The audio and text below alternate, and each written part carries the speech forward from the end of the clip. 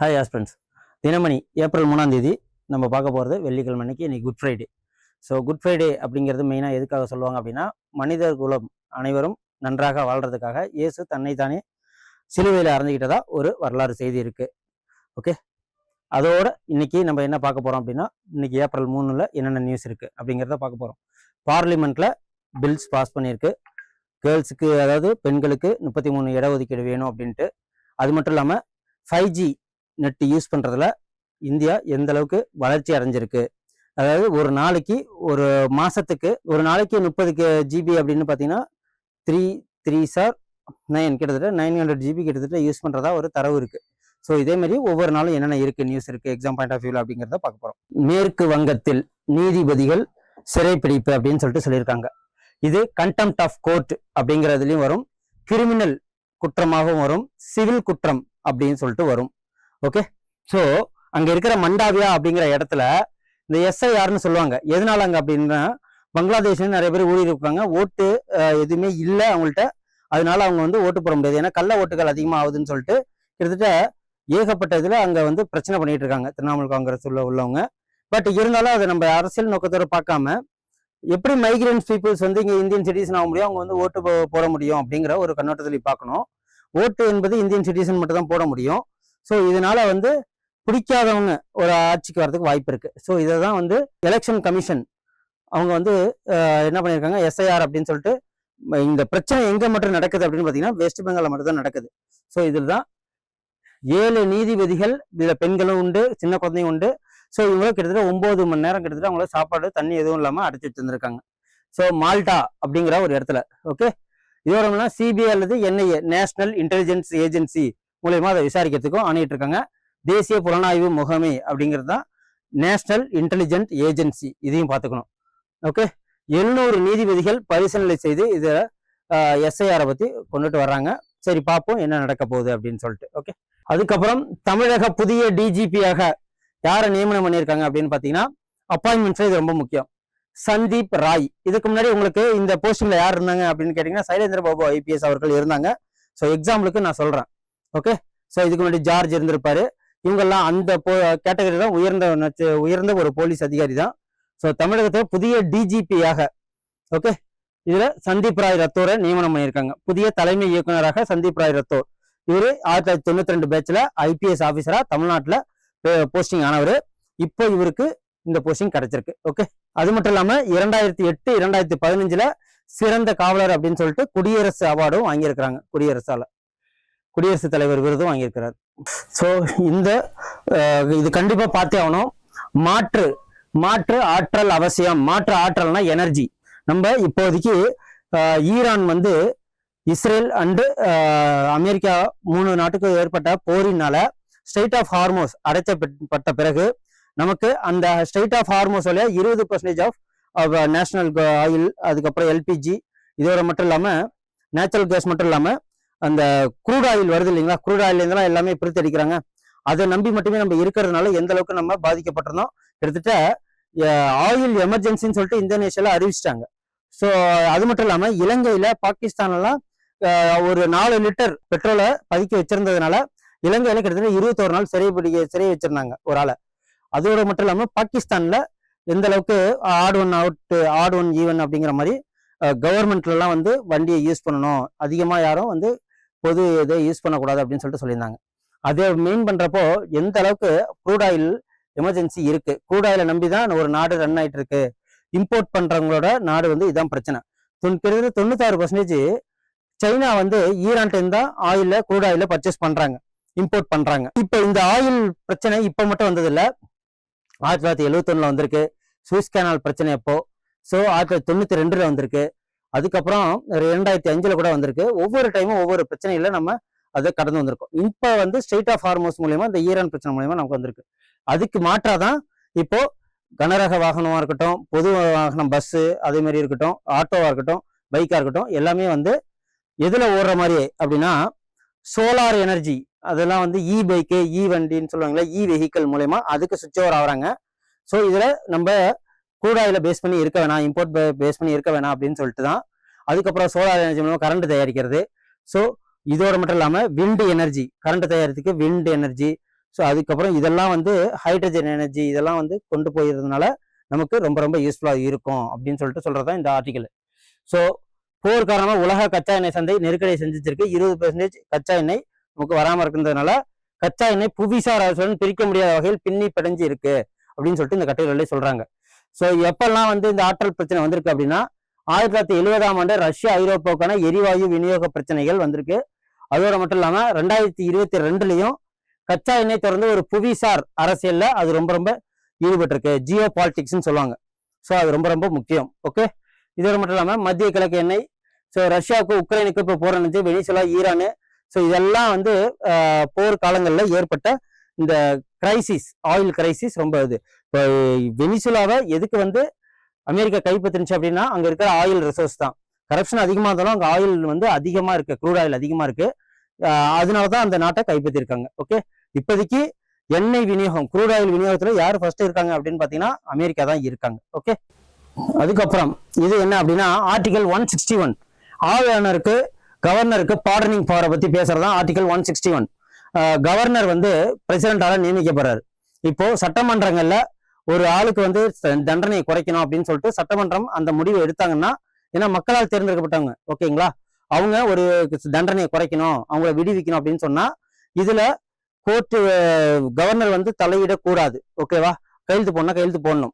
அதுதான் வந்து என்ன சொல்லியிருக்காங்க அப்படின்னா உச்சநீதிமன்றம் சட்டமன்றம் இல்லது பாராளுமன்றம் எடுக்கும் முடிவுகளுக்கு கவர்னர் வந்து எந்த ஒரு பதிலும் சொல்ல உரிமை இல்லை அப்படின்னு சொல்லிட்டு ஆர்டிகல் 161 பத்தி சொல்லியிருக்காங்க. இதுதான் அமைச்சரவை முடிவை நிராகரிக்க ஆளுநருக்கு அதிகாரம் கிடையாது என சென்னை உயர்நீதிமன்றம் அறிவிச்சிருக்காங்க. ஸோ அவங்களுக்கு இந்த பார்டனிங் பவர்னா என்ன, அவங்களுக்கு ஒருத்தவங்க தூக்குல போட்டாங்க அப்படின்னா அவங்கள வந்து மன்னிப்பு கொடுக்குற அதிகாரம் பிரசிடென்ட்டுக்கு மட்டும் தான் இருக்கு, கவர்னருக்கு இல்லை.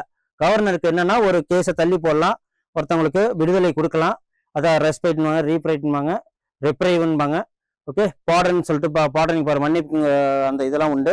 ஆனா வந்து ஒரு தூக்கு தண்டனையை டிஸ்மிஸ் பண்ற அதிகாரம் கவர்னருக்கு இல்லை. இது வந்து ஆர்டிகல் 161, இதை பார்த்து தெரிஞ்சுக்கங்க. அதுக்கப்புறம் மகளிர் இடஒதுக்கீடு அமல் மசோதா என்ன அப்படின்னா இந்த வாட்டி தொகுதி மறுதீர்வு மறு பரிசீலனை செஞ்சு இப்போதைக்கு 545 லோக்சபா சீட் இருக்கு. இந்த ராஜ்யசபா சீட்லாம் இருக்குல்ல, அதெல்லாம் வந்து 545 லோக்சபா சீட் இருக்கிறத 800 மக்கள் தொகைக்கு ஏற்ற மாதிரி கான்ஸ்டிடியூன்சியை பெருசாக்கணும், அதன் மூலயமா பெண்களுக்கு 33% இடஒதுக்கீடு கொடுக்கணும் அப்படின்னு சொல்லிட்டு ஒரு மசோதா தாக்கல் பண்ணிருக்காங்க. அதுதான் இது. ஓகே, இதோட மட்டும் இல்லாம இதுல அரசமைப்பு சட்டம் 106 அதை பத்தி பேசுறாங்க, பெண்களுக்கு 33% கொடுக்கறது. ஸோ இதுலதான் மாநில சட்டப்பேரவை தொகுதி மற்றும் மக்களவையில எண்ணிக்கையை அதிகரித்துக்கு உண்டான இடஒதுக்கீடு தான் இது. ஓகே, துணைத் தலைவர் ஹரிவன்ஷும் மற்றும் முன்மொழியப்பட்ட சட்ட மசோதாக்கள் நிறைவேற்றப்பட்டிருக்கு. இது எப்ப அப்படின்னா ஸோ 16ஆம் தேதி ஏப்ரல் 16 to 18 3 நாள் இது நடக்க போகுது. நாரி சக்தி வந்தன் அதிநியம் என்னும் இச்சட்டத்தின் கீழே மக்கள் தொகை கணக்கெடுப்பை பண்ண போறாங்க. ஓகே, நாரி சக்தி. ஸோ இது பாருங்க, இது எல்லாருக்கும் தெரியணும். இது வரைக்குமே இந்த இந்த போட்டோஸ் இருக்கு பாருங்களா, இது எவ்வளவு ஏலம் போயிருக்குன்னா கிட்டத்தட்ட 168 கோடி கிட்டத்தட்ட ஏலம் போயிருக்கு. இது மிகப்பெரிய ஒரு விஷயம். ஓவியரான கேரளாவை சேர்ந்த ஓவியரான ராஜா ரவிவர்மாவோட ஓவியம் 167 கோடிக்கு ஏலம். இந்த இதுக்கு முன்னாடி ஒரு ஏலம் வந்து போயிருக்கு, அது பீட் பண்ணிடுச்சான்னு கேட்டீங்கன்னா பீட் பண்ணிட்டு. இந்த ஓவியத்தை வரைஞ்சது ராஜா ரவிவர்மா, 167 இதுக்கு போயிருக்கு. கிட்டத்தட்ட யார் வாங்கியிருக்காங்க அப்படின்னா டாக்டர் சைரஸ் எஸ் பூனாவாலா. சைரஸ் பூனாவாலாங்கிறவர் தான் இவ்வளவு அமௌண்ட் கொடுத்து இந்த ஓவியத்தை வாங்கியிருக்காரு. கிட்டத்தட்ட எம்எஃப் ஹுசைன் இதுக்கு முன்னாடி கிராம் யாத்ரா ஓவியம் அதுதான் வந்து அதிகமாக இருந்தது. அது எவ்வளவு பாத்தீங்கன்னா அப்படின்னு 118 கோடி. ஸோ இது அதை தாண்டி 167 கோடி ரூபாய்க்கு இது ஏலம் போயிருக்கு. ராஜா ரவி வந்து யசோதையும் கிருஷ்ணனும், அந்த ஓவியத்தோட பேரு யசோதையும் கிருஷ்ணனும். ஸோ அது மட்டும் இல்லாம இது வந்து பாலகிருஷ்ணர் 1890களில் வரையப்பட்டது. கேரளத்துல திருவிதாங்கூரை சேர்ந்த ராஜா ரவிவர்மால் வரையப்பட்ட இந்த ஓவியம் 1890. இதை வாங்கியிருக்கிறது யாருன்னா பூனாவாலா, சைரஸ் பூனாவாலாங்கிறவர் வாங்கியிருக்கிறாரு. அமௌண்ட் எவ்வளவு அப்படின்னா 167 கோடி. இதுக்கு முன்னாடி ஹுசைன் வரைஞ்சது 118 கோடிக்கு ஏலம் போயிருந்தது. அதுக்கு பேர் என்ன, கிராம் யாத்ரா ஓவியம். இதுக்கு வந்து கிருஷ்ணர் சின்ன பாலகிருஷ்ணனும் யசோதையும். ஓகேவா, அதான் இதுக்கு பேரு. ஸோ இதை நோட் பண்ணிச்சிங்க, யசோதையும் கிருஷ்ணனும்ட்டு. ஆந்திரா எப்ப பிரியப்பட்டது அப்படின்னா தெலுங்கானால இருந்து 2014 பிரியப்பட்டது. பிரிச்ச உடனே வந்து அங்க தலைநகரமாக 2 தலைநகரமாக வந்தது. இப்போ அமராவதிங்கிற ஒரே தலைநகரத்தை அமல்படுத்திருக்காங்க, பில்லு பாஸ் பண்ணாங்க. அந்த பில்லு பாஸ் ஆகி கன்ஃபார்ம் பண்ணிட்டாங்க. அதான் இது. ஓகேவா, இதுக்கு சிம்பிள் மெஜாரிட்டியே போதும்.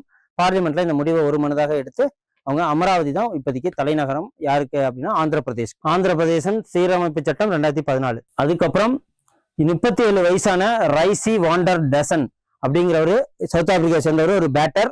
அவரு ரிசைன் ஆயிட்டாரு. ஸோ கிட்டத்தட்ட இவர் 2018 தான் கிரிக்கெட்டுக்குள்ள மெயின் டீம்லேயே வந்திருந்தாரு. 18 டெஸ்ட் விளாண்டுருக்காரு. இது வரைக்கும் 71 ஒரு நாள், 57 T20 போட்டி விளாண்டுருக்காரு. இது வரைக்கும் அவரு எத்தனை 6 அடிச்சிருக்காரு அப்படின்னு பாத்தீங்கன்னா, ஸோ ஒரு நாள் போட்டியில மட்டுமே கிட்டத்தட்ட 17 அரை சதம் 6 சதங்களை பதிவு செஞ்சிருக்கிறார். ஓகே, ஸோ இப்போ இவரு ரிட்டையர் ஆயிருக்கிறாரு.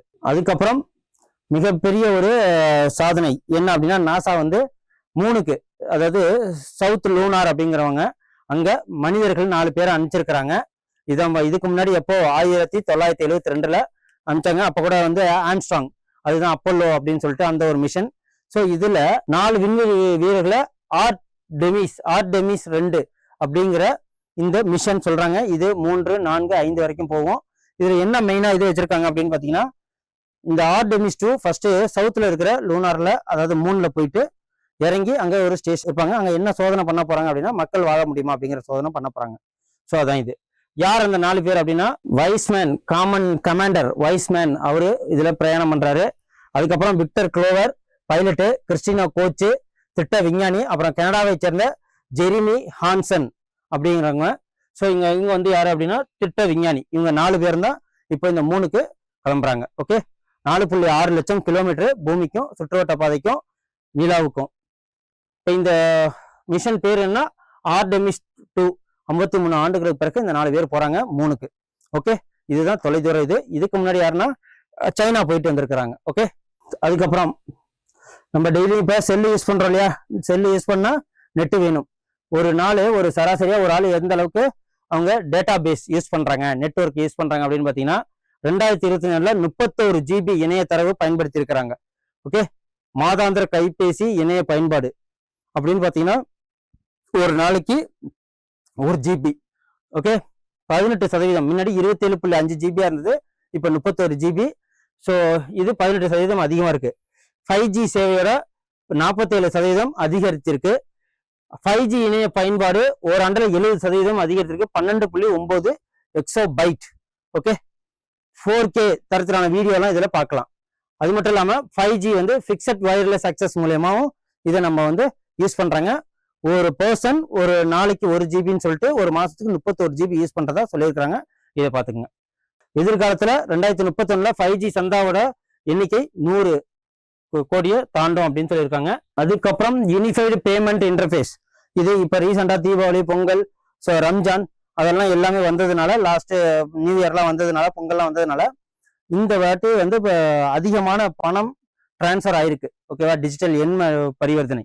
இதுதான் எத்தனைனா 29.53 லட்சம் கோடி. ஓகே, இந்திய தேசிய பரிவர்த்தனை கழகம் இதை வெளியிட்டிருக்காங்க. இது அமௌண்ட் எவ்வளோன்னு பாத்துக்கோங்க. 19% வளர்ச்சி அடைஞ்சிருக்கு போன வருஷத்தை கம்பேர் பண்றப்போ இந்த வருஷம். ஓகே, ஸோ அவ்வளோதான். இன்னைக்கு உங்களுக்கு எல்லாமே யூஸ்ஃபுல்லான பாயிண்ட்ஸ் நான் சொல்லியிருப்பேன் நம்புறேன்.